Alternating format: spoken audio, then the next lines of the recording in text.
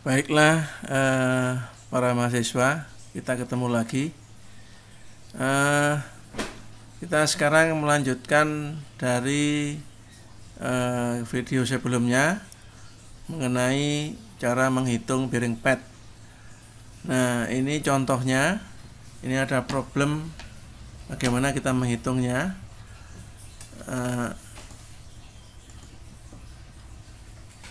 Contoh elastomeric bearing pad ya, cara menghitung.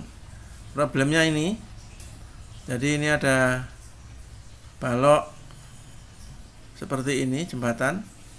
Masing-masing tumpuan ini akan menerima beban sebesar ini, 2400 dead load dan 1200 dead load. Beban totalnya 3600 ya, jadi di jumlah ketemu 3600. Beban hidup perpindahan memanjang jembatan itu diperbolehkan 100 mili ya, sesuai dengan perencanaan kita 100 mili. Rotasi 0,005 radian. Kemudian lebar girder 750. Kemudian data elastomernya, dia mempunyai hardness-nya 55 skala SOR E ya, sesuai dengan aturan itu yang menyebutkan antara 50 sampai 60. Kemudian modulus geser G besar itu antara 0,7 sampai 0,91. Total beban kompresi tadi sudah saya katakan, jumlah dari ini adalah 3600. Kemudian tegangan bearing pad delaminasi, artinya tanpa ada plat baja, adalah 7 MPa. Ini diketahui ya, biasanya produk pabrik yang mengeluarkannya. Apa yang harus kita lakukan? Yang pertama adalah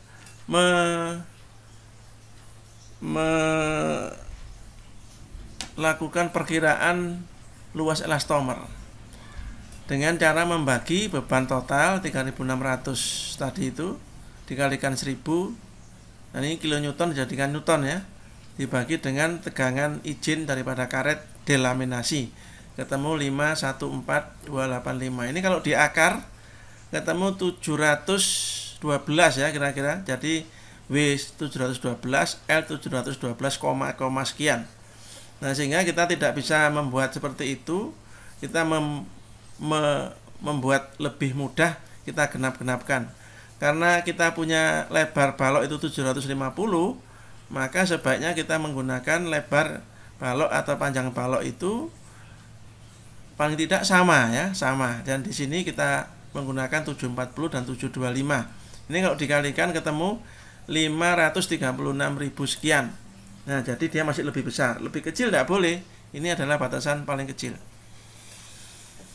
Kemudian tebal karet ya, per lapisnya itu dinyatakan dengan HRI itu 16 mili, tebalnya 200 mili, penutup covernya adalah 4 mili, lapisan jumlahnya adalah 12 buah, kemudian tegangan leleh plat baja ada 240. Apa yang harus kita lakukan? Yang pertama, kita membuat perhitungan tentang shape factor atau faktor bentuk. Faktor bentuk ini adalah membagi luasan dari dimensi elastomeric bearing pad dibagi dengan keliling, dibagi lagi dengan HRI yang 16 mili ini. S yang sudah kita hitung ketemu adalah 11,44. Ini yang kita kontrol terhadap persyaratan aturannya. Nah, karena dia berlapis-lapis, maka S ini harus berada pada kisaran 4 sampai dengan 12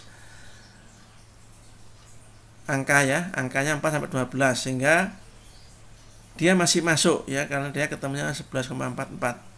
Oke, jadi luasan 725 dan 740 ini sudah oke menurut persyaratan shape factor. Cek berikutnya adalah tegangan izin. Nah, kita hitung tegangan yang terjadi ini. Ini tegangan yang terjadi rata-rata akibat beban total, dead load dan live load. Ini tegangan yang terjadi akibat live load. Kita hitung masing-masing sebesar 6,71 dan 2,24.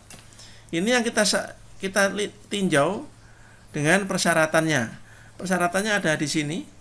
Kalau dia tidak dikekang, maka syaratnya adalah 7 dan atau 1,0 G kali S. G itu modulus geser, S adalah shift faktor atau faktor bentuk. Kalau sudah dihitung dia ketemu 6,71 dan dia sudah masuk dalam kriteria ini. Kalau dia dikekang maka boleh naik 10%, maka di sini adalah 7,7 1,1 GS. Kalau dikalikan dia ketemu 7,55. Dan ini sudah lebih kecil ya, sudah oke. Jadi ini sudah oke, ini sudah oke.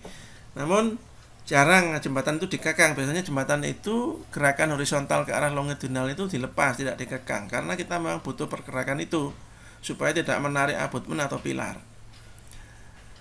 Cek berikutnya adalah cek deformasi geser. Kita tahu bahwa elastomeric bearing pad ini mempunyai pergerakan 3 macam ya. Pergerakan vertikal dia memampat, pergerakan horizontal arah longitudinal, dan dia rotasi, dia berputar ya. Berputar. Jadi 3 gerakan ini harus kita cek. Dia sampai seberapa? Syaratnya dia adalah 2 kali delta. Delta S ini adalah yang kita rencanakan 100 sesuai dengan soal tadi. Problem tadi 100, maka kita harus kalikan 2 menjadi 200. Ini adalah persyaratan. Dan ini kita korelasikan dengan tinggi. Tinggi ini harus lebih besar dari 200. Kalau dia lebih kecil, ya harus dibesarkan supaya lebih besar dari 200.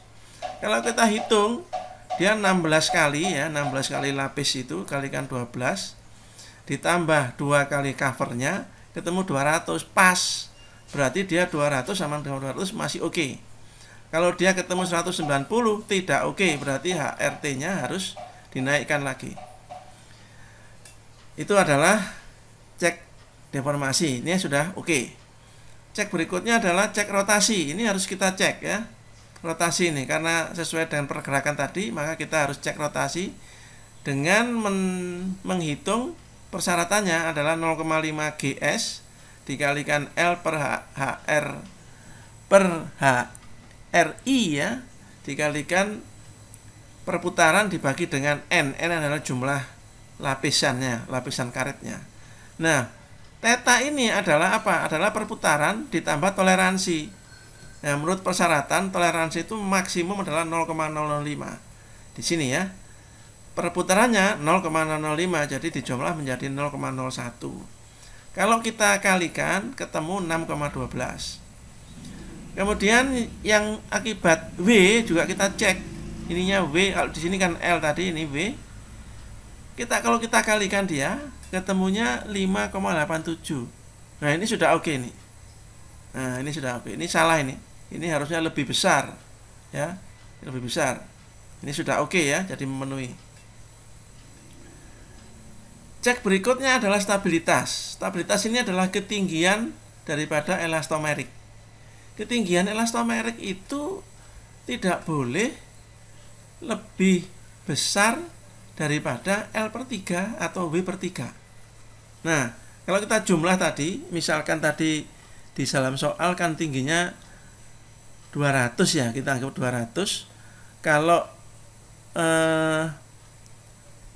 lapisannya ada 12 karet, kemudian berarti ada 13 plat baja. Masing-masing plat baja kita misalkan 3 mili, maka dia menjadi 13 mili. 39 mili ya, 39 mili. 13 kali 3 39 mili sehingga jadinya 239.